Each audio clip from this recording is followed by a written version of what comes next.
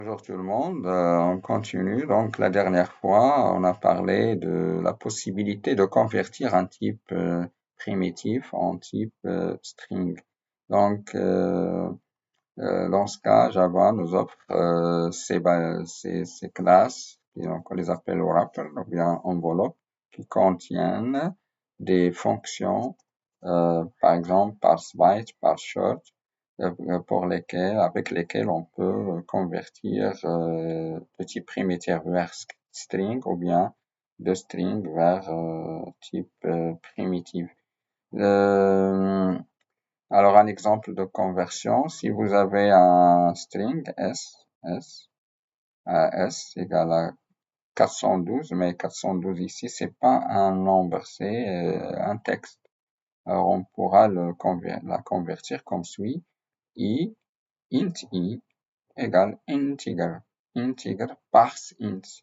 Donc, cette fonction, elle est dans la classe integer. C'est la raison pour laquelle, comme j'ai dit, Java offre ces enveloppes, ces classes qui vont contenir tout simplement ces méthodes qui nous permettent de convertir bien sûr les types primitifs en string ou bien inversement. Alors passons maintenant aux opérateurs que vous connaissez, c'est plus ou moins les opérateurs arithmétiques, les opérateurs logiques, donc vous les connaissez.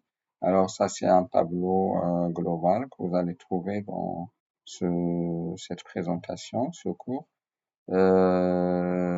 Point, crochet, plus, etc. Donc, comme j'ai dit, arithmétique, logique, donc tout ça, c'est des opérateurs que vous connaissez, donc on va pas nous perdre de temps là-dessus. Vous pouvez avoir les opérateurs combinés, par exemple, i plus égale 2, ça veut dire que c'est i égale à i plus 2, ou bien a multiplié égale z plus 4, ça veut dire c'est a fois a égale à a fois z plus 4, etc. Donc, c'est des opérateurs de base. Il y a un opérateur spécial à Java, c'est instance of. Instance of. Ça veut dire est-ce que de type ceci, texte, est-ce qu'elle est de type string? Oui. Est-ce que texte est de type string? Oui. Est-ce que texte est de type object? Oui, parce que string est de type object. On va voir ça dans les classes. Null ou bien null instance of string, non, parce que ça c'est vide et ça c'est de type string, etc., etc. Donc instance of permet de vérifier est-ce que ce qui est à gauche est de type de ce qui est à droite. Alors des opérateurs spécifiques aussi, c'est le point. Point, comme vous savez dans la programmation, c'est l'invocation, l'appellation. Alors cette classe, par exemple rectangle, appelle la fonction move. Il y a aussi new pour créer un nouveau objet. Il y a aussi, comme tout à l'heure, la conversion forcée pour le transtypage et conversion de type, comme j'ai dit, forcé. Les instructions. Alors une instruction, ça c'est un autre point que vous allez noter. Instruction que vous connaissez, c'est tout simplement une opération qui sera exécutée par la machine virtuelle ou bien votre processeur.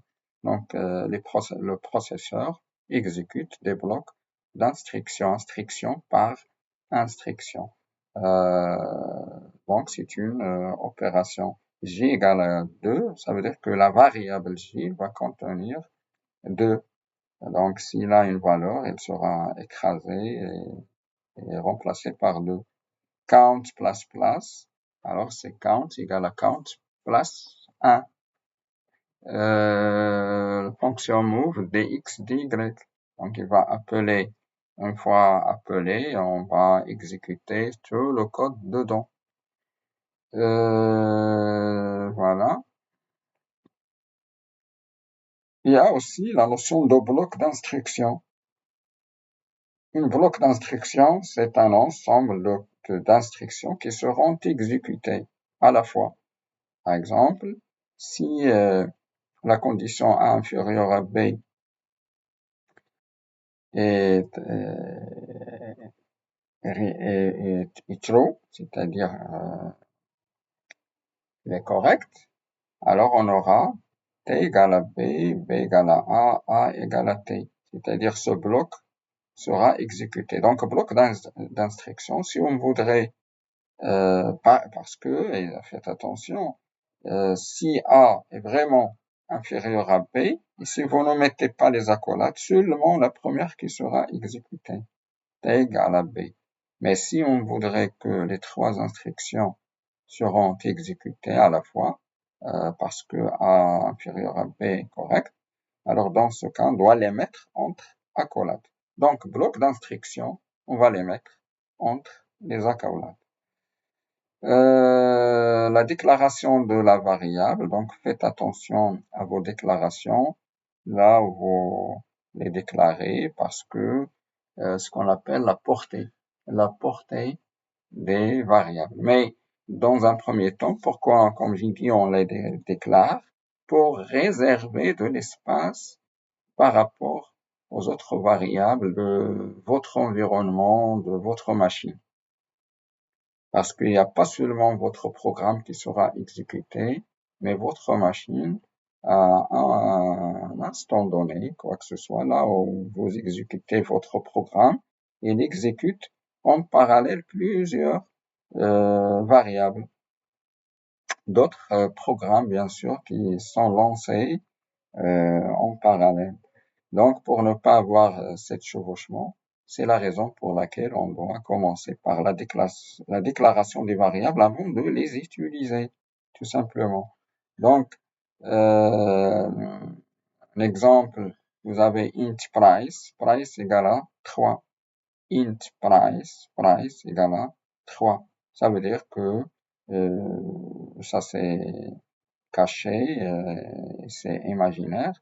Vous avez price comme le nom, et vous avez une adresse 1216 et vous avez la valeur.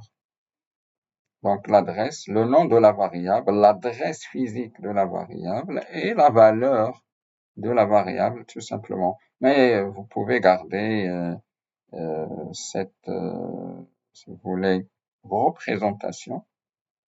Price 3, int a égale à, par exemple, 2. String nom égale Ahmed, etc., etc. Donc, comme j'ai dit, la portée des variables, c'est tout simplement la zone ou bien l'espace où vos variables sont reconnues. Parce que au-delà de cette zone, au-delà de cette portée, faites attention, ça se peut que vos variables ne sont plus reconnues. Alors, exemple ici, nous avons une fonction void.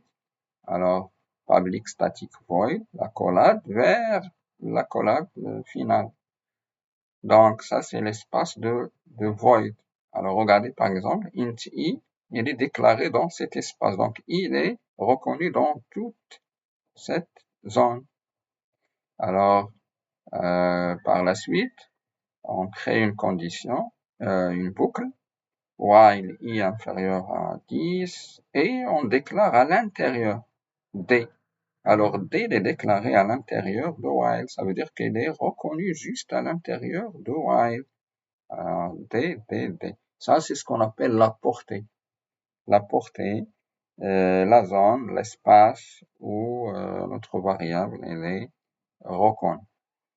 Voilà, donc on termine ce chapitre rapidement, on l'a terminé. Juste un petit rappel, on va fixer bien sûr ces notions avec des TP pratiques tout de suite dans la prochaine vidéo.